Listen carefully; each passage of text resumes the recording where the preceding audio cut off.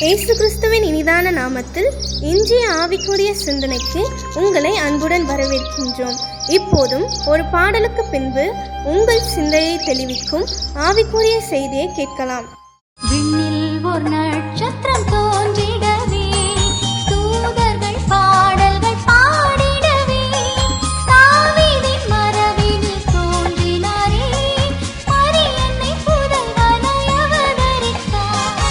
ஆனந்தம் பரமானந்தம், இயேசு பாலனை போற்றிடுவோம், ஆர்ப்பரிப்போம், நமக மகிழ்வோம், இச்சந்தோஷ செய்தியை எங்கும் கூறுவோம்.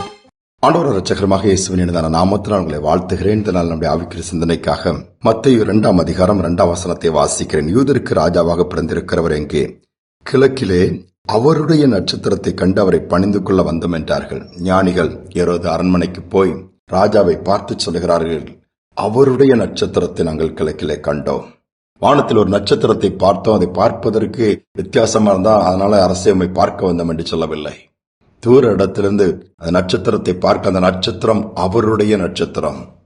யாரு? ஆண்டவருடைய நட்சத்திரம். ஆண்டவரை ரிஃப்ளெக்ட் பண்ணுது. அதை பார்க்கும்போது அது தேவனுடைய குமாரனை காண்பிக்கிற அளவுக்கு இருந்ததுனால்தான் இந்த ஞானிகள் எவ்வளவு நட்சத்திரங்கள் வானங்களில் உண்டு, இது வித்தியாசத்தை ஏற்படுத்துறது மட்டுமல்ல, இயேசுவை காண்பிக்குது. எவ்வளவோ கோடிக்கணக்கான 800 கோடிக்கும் அதிகமான ஜனங்கள் வாழ்கிற இந்த தேசத்துல நாம வித்தியாசத்தை ஏற்படுத்துறோமா? நாம இயேசுவை காண்பிக்கிறோமா? அதுதான் இந்த நாட்களில் அவசியம். சீஷர்கள் இயேசுவை காண்பித்தார்கள். இயேசுவோடு இருக்கும்போது கூட இயேசுவோடு இவர்கள் இருந்தவர்கள் என்று சொல்லி ஒரு அடையாளம் இருந்துச்சு. இயேசு மரித்து உயிர்த்தெழுந்த பின்பு பரிசுத்த ஆவியினால் திருப்பி சீஷர்கள் நிரம்பின பிறகு இவர்களோடு இயேசு இருக்கிறார்னு சொல்லி இயேசுவையும் அவர்களையும் பிரிக்க முடியாது இருந்தது. இயேசு அதைத்தான் சொன்னார், என்னை கண்டவன் பிதாவை கண்டான் சொன்னார். நம்மை பார்க்கிறவர்கள் நம்மில் இயேசுவை பார்க்கிறார்களா? இதுதான் நமக்கு முன்பாக வைக்கப்படுகிற கேள்வி. ஒரு காலம் இருந்தது, கிறிஸ்தவர்கள் சொல்கிறவங்க கிறிஸ்துவை காண்பிக்கிற ஒரு வாழ்க்கை அவங்களுக்குள்ள இருக்கும்.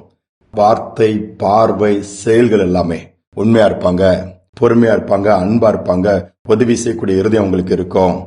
எல்லாவற்றிலும் தெளிவா இருப்பாங்க. அவங்க முகத்தை பார்க்கும் போதே தெரிஞ்சிடும். இப்படிலாம் சர்டிபிகேட் கொடுத்து காலங்கள் வாழ்ந்து கிறிஸ்தவர்கள் உண்டு.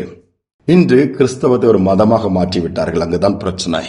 அது மார்க்கமாக இருக்கும் பொழுது இயேசுவை போல வாழ்ந்து காண்பித்த காலம் அது.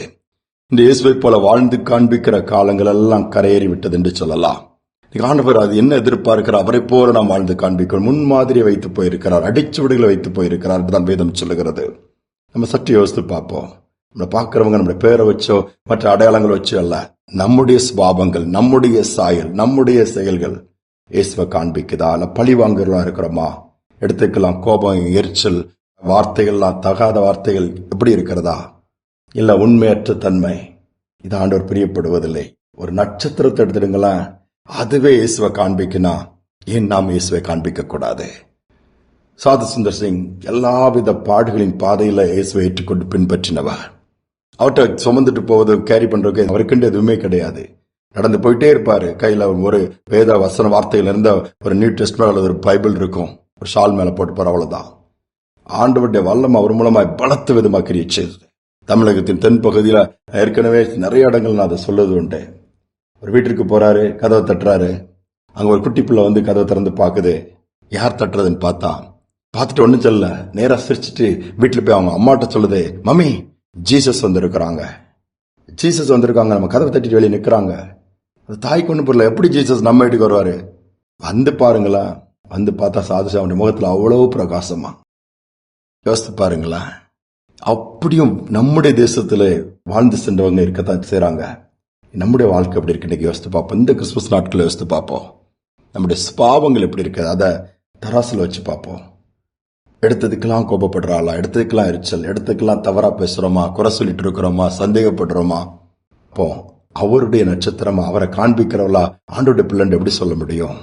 இன்னைக்கு நம்மளை சரி பண்ணிக்கோ. ஒரே ஒரு வாழ்க்கை தான், அதை சரியான முறையில் வாழ்ந்து காண்பிக்கணும். இல்லைன்னா பின்பு ஒரு வாய்ப்பு கொடுக்கப்பட போவதில்லை. ஆண்டோட்ட கேட்போம். சரி பண்ண முடியாத பகுதி இருக்குதா? பலன் தாங்கப்பா, கிருபை தாங்கப்பா, உதவி செய்யுங்கன்னு சொல்லி ஜெபிப்போம். நிச்சயமா ஆண்டவர் செய்வாரு. மூலமா 4 பேருக்காவது நன்மை உண்டாகணும். இன்னைக்கு ஒரு தீர்மானம் எடுப்போம். ஆண்டவர்கிட்ட உதவியை கேட்போம். ஜெபிப்போம். அன்பின் தகப்பனே, ஒரு நட்சத்திரம் பிரதிபலிக்குதுப்பா. நாங்களும் பிரதிபலிக்கணும்னு எதிர்பார்க்கிறீங்க. ஆனா அநேக நேரத்தில் உண்மை காண்பிப்பதற்கு பதிலாக மூர்க்கமான பொல்லாத ஆவிகளின் சுபாவத்தை தான் நாங்க காண்பிக்கிறவள மாறிடலாம். அப்படி அல்ல, எங்களுக்குள்ள இப்படி வல்லமை நிரம்பி இருக்கட்டும், இப்படி கிருபை நிரம்பி இருக்கட்டும், இப்படி ஆவியான நிறைவாக இருக்கட்டும்பா.